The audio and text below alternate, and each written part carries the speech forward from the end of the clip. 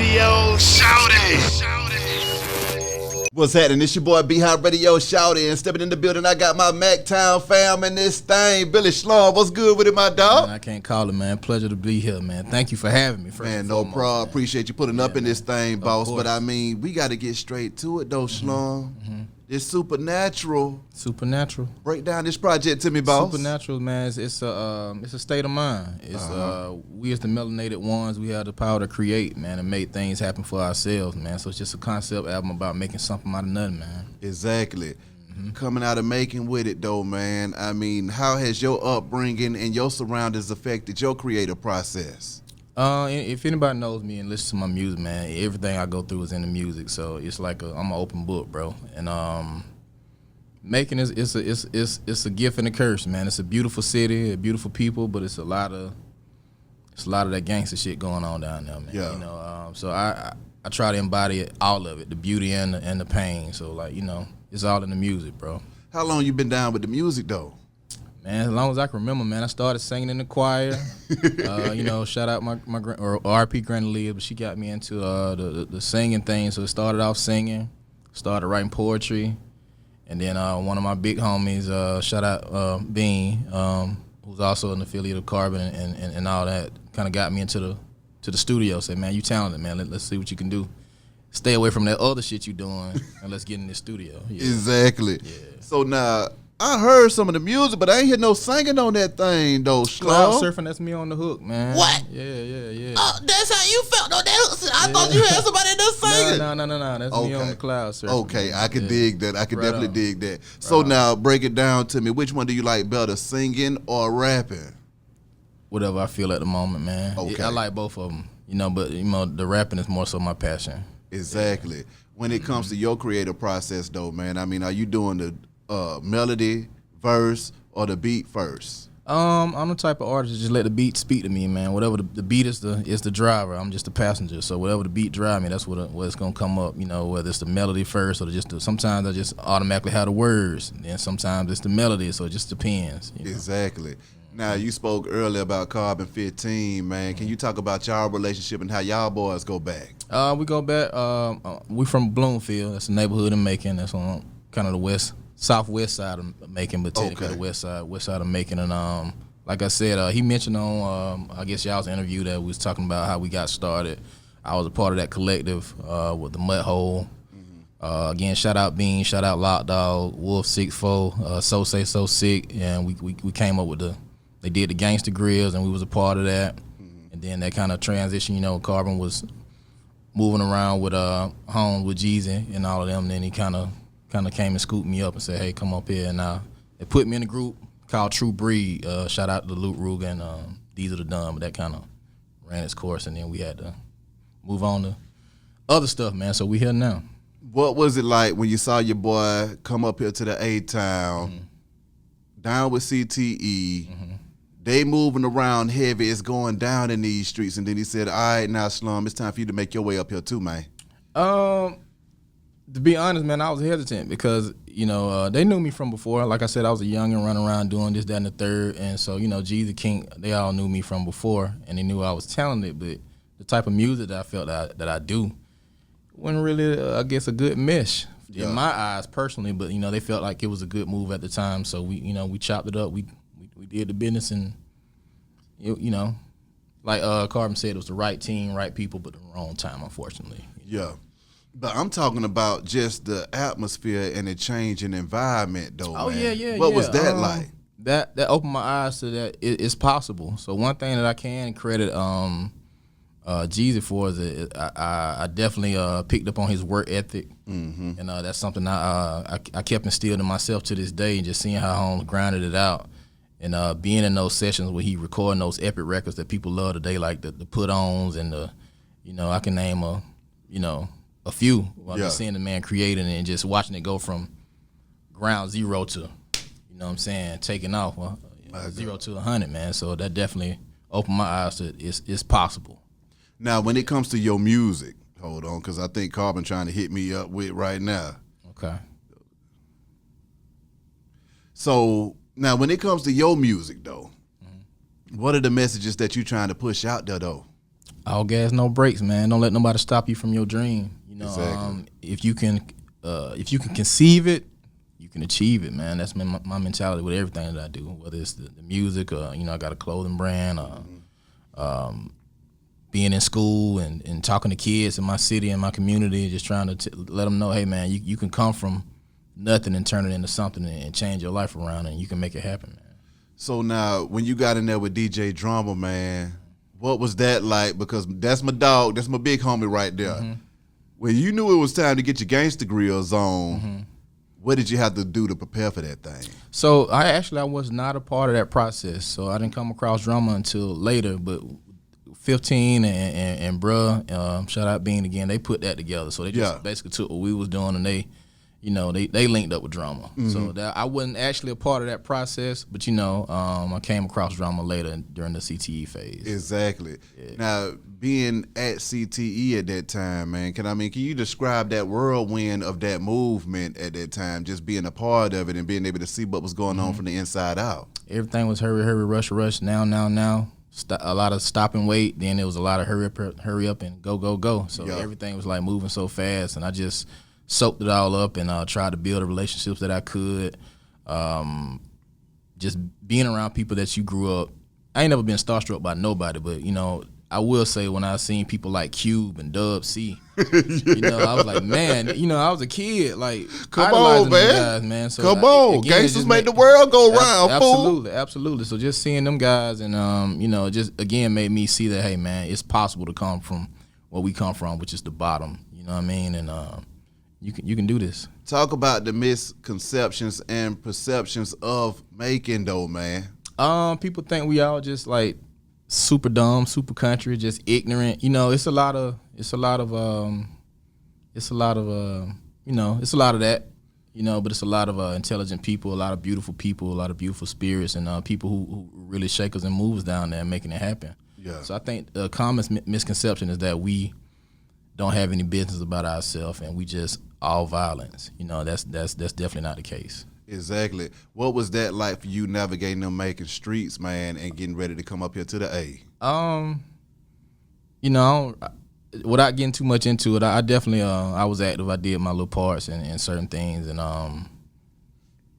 it ain't no winning that, man. It's either you end up two places, you know, dead or in jail, man. Thanks. So luckily for me, I had a praying mama, praying grandmama. You know, those prayers kicked me in my head and helped me wake up, man. And I saw that it was an opportunity for me to do something better, and I was one of the ones who kind of went for it, man. Exactly. When it comes to this music, though, man, what is it that you love the most about it? I love seeing the reaction of people just, you know, embracing what it is that I do. Because again, it's not today's wave, so to speak. So for people to embrace what it is that I do, and I know it's coming from an organic place, man, that's nothing better than that feeling for me. Now, coming from Mactown to the A-Town, did you feel any pressure saying, okay, I'm about to go up here to the A? Had you already been back and forth to the city, or what was that like? Oh, yeah. I was already moving and shaking, man, like I said, man. Just moving around with the whole CTE movement and meeting different people and executives and, you know, it was a whole learning experience for me, man. Yeah. Just seeing everything go down. For those that don't understand about Macon, could you break down what that city is like, what it means to you, and what is that vibe like down there, man? Macon, it's cool right now, man. It's cool. Like I said, it's cool on one side, and then, you know, on the other side.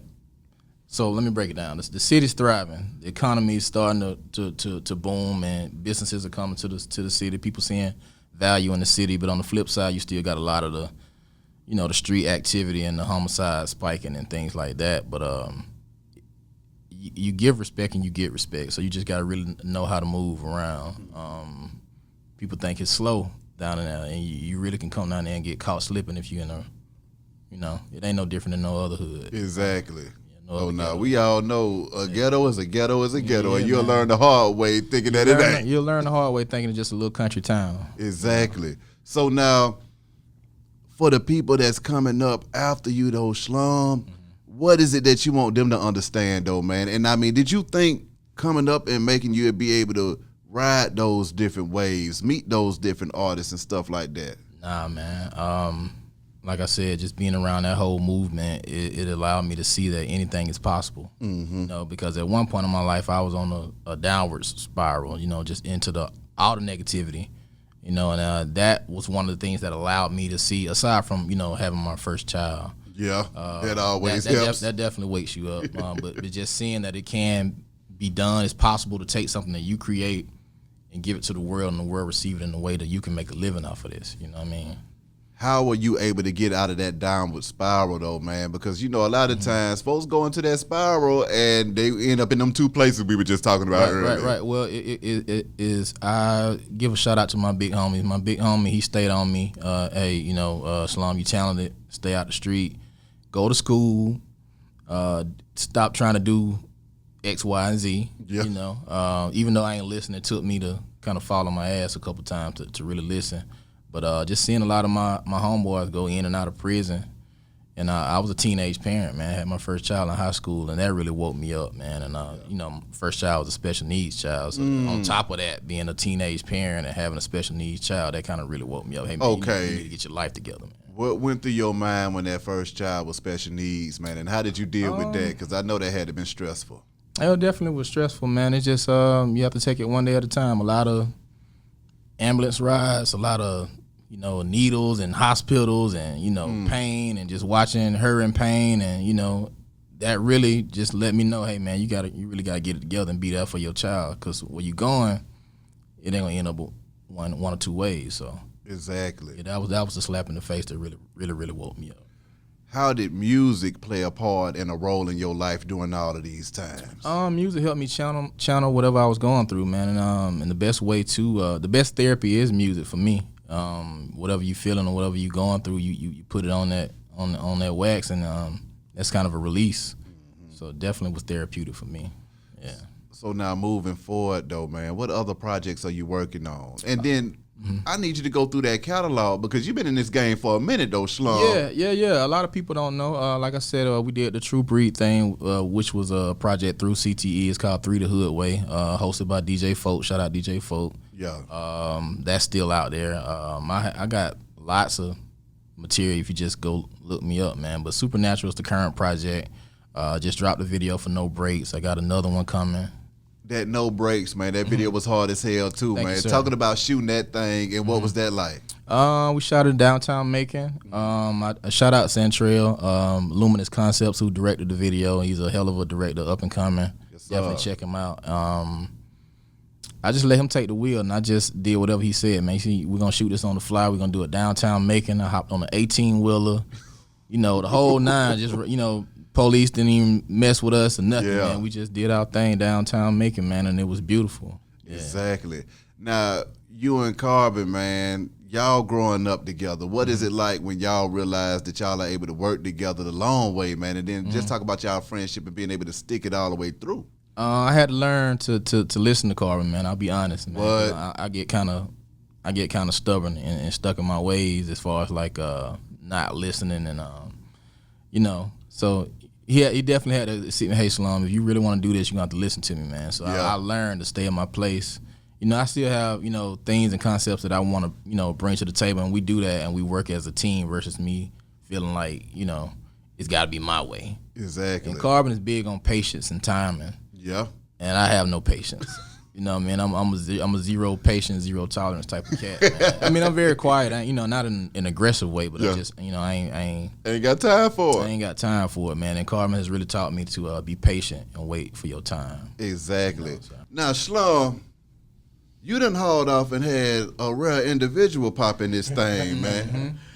Out of nowhere, Carbon 15, what's good with it, bro? Hey, man, I told you, man, he's in the rare circle. This is a rare individual. Facts. What I'm trying to tell you. Yeah. So I came to support my dog, you know what I mean? I mean, me and Slum were just talking about y'all relationship, man. I mean, can you speak on your co-sign and your vouch for him and how far y'all go back as well? Oh, yeah, man. We go back to the 90s, man.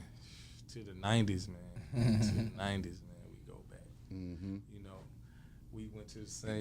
We went to the same middle school. We went to the same high school, and we from the same neighborhood. You know what I mean? So I've been rocking with him since the beginning when we used to call him Greedy. You know, that's still one of his aliases. You know what I mean? Yeah. But he got a few aliases, and what really just made me, a fan of him, because I've been a fan of him for a while, is he's so versatile when it comes to the music. You know what I mean? He can sing, he can rap, he writes it. He records himself. You know what I mean? He's like a talent like no other. He just need the right eyes and ears on it. Exactly. Know what I mean? So that's what we doing. We got a Phil Jackson, Michael Jordan thing going. That's on right. Here. That's right. I mean? So, but to go back to your point, what made me a fan of him is just like his style. He got one version when he rapping, he calls himself the Ghost Rider. Yeah. He got one version when he rapping, and he's the slum child. You know what I mean? He just can do anything, and I'm just a fan of his versatile. How he can sing, how he can rap, and it's just all about making that music to people that like what you're doing. You know what I mean? And you feeding those people. Exactly. And he just know how to do that, man. It's just something. The world's slow. Like I was telling you about Gibbs, the world's slow. Yeah. They be stuck on what they're stuck on. You know what I mean? Until somebody says, "Hey, voila." Yeah. You know what I mean? What is it like though, trying to break a new artist and break into this game in this day and time, man? Is it real difficult? I mean, how do y'all feel about that? I mean, yeah, it's hard. And I don't consider him a new artist, but he's just new to other people's ears. You know what I mean? And their playlists or whatnot. Mm-hmm. But to get an artist to the next level, it's a lot of work. Mm-hmm. It's a lot of work. Yeah. It's a lot of work. Constant work. Mm-hmm. When you got to have a team where the team is working when you're doing something else, or when you're taking a nap, you know what I mean? Exactly. You got to have a team that's consistently real. Working. That's real. So, it's a lot. It's a lot. We in it for the long run, man. We've been through. We had a CTE tenure. He came in as a group member. We had a group on CTE back in the day called True Breed. Yeah. Him, Luke Ruger, and what's his name? Diesel the Don. Yeah. So and we put a project out. It was a solid project. It had some good records, but it just was a time where back then when it was all together, people were still selling CDs a lot back then. Yeah. People had a CD grind. So I just think if you don't put it in their faces and you don't get out there with the grind, and back then we were separated. You know what I mean? He was down in Macon, a couple of us was in Atlanta. So it was just hard to just stay focused on one main goal with everybody doing different stuff. You know what I mean? But they still put out a solid project, man. Check it out. What was it? What's the title of it? Three the Hood Way. Three the Hood Way. True Breed. It's out there. I was just asking Slum about this though, man. With y'all boys coming out of Macon with it, what was that transition like moving around in the A? Answer, bro. What you think? No, I mean, like I was telling them, man, it was just a large lesson for me. Just seeing that it was possible, and seeing all the different, the names. Like I said, I never been starstruck in my life till I saw Ice Cube at the Who Dat video shoot. Nothing really just shakes me. And I saw that, I said, "Yo, that's cute. This shit possible." You know what I mean? Yeah. So that was a moment for me, man. Just Since you talk about it like that, I had one of those moments, and it was with Michael Jordan in Houston. And now when I was walking beside Michael Jordan, I'm like, that's Michael Jordan. MJ. You know what I mean? Yeah. That's MJ. Yeah. So, he just was cool. He wasn't sociable at all, but I was walking beside him. You know what I mean? Yeah. Big cigar. We just, as we walk into our car, he walked into his car. He was coming out. I can't remember. I think it was All-Star in Houston one year. Yeah. So to just being around different type of people, you don't get starstruck, but you be like, you'll get to in your thoughts and like, dang, that's somebody that I admire. Yeah. Somebody that grew up listening to. Yeah, man, you know what I mean? Yeah. That's the transition for me, just being around people and not losing your cool. When Exactly. Big dogs, Exactly. You know what I mean? Now I feel that. Lashley, where y'all about to take this thing, Carpenter? I really want him to get out of this little 285 loop. I want to take him out west and just build out there, just do some features and work with some different producers. You know what I mean? So he got a new project he could put out a project every month if he wanted. You know what I mean? Yeah. But we just dropped the Supernatural project, what, 2-3 weeks ago? No, it was October. October? It was October. Back in October, he dropped Yeah. Supernatural. Yeah.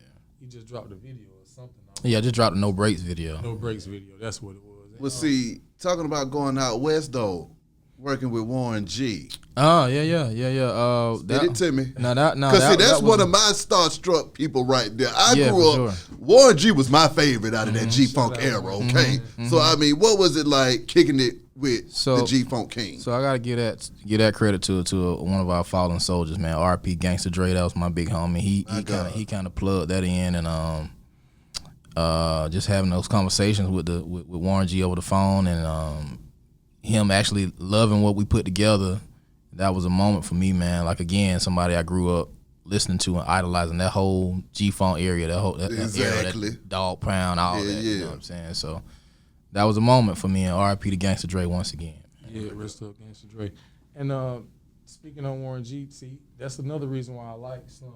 Mm-hmm. He's out here moving around and making connections on his own. I didn't put him with Warren G. Yeah. You know what I mean? He people in our town he got relationships with, and back Dre, Gangsta Dre, rest in peace. Mm-hmm. He moved around. He went to the West Coast and he brought a lot of game and influence back from the West Coast. So it's good to hear that he built his own relationship with him, because I met Warren G on I can't remember what project it was, but I put Warren G and Neo and J all on the same track. Damn. And it was crazy, man. It was crazy, man. Warren G played songs for me, played beats for me.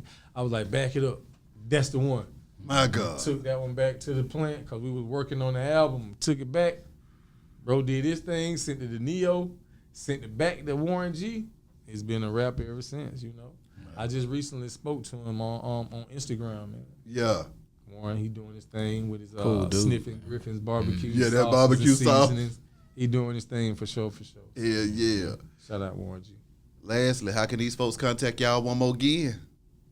Slum World Order, Twitter and Instagram. Slum World Order, all one word. Yep. I don't do Twitter or Facebook. I just have Instagram. 15 Management, ONEFIVE MGMT, or you catch me at Rare Individuals with 2 S's on it. Rare Individuals, because it's a few of us, you know what I mean? Facts. Yeah, man. Or email me, man. WeDoRareThings@gmail.com. I holler at anybody. I listen to all beats. I listen to songs, so holler. Definitely send the beats. Exactly.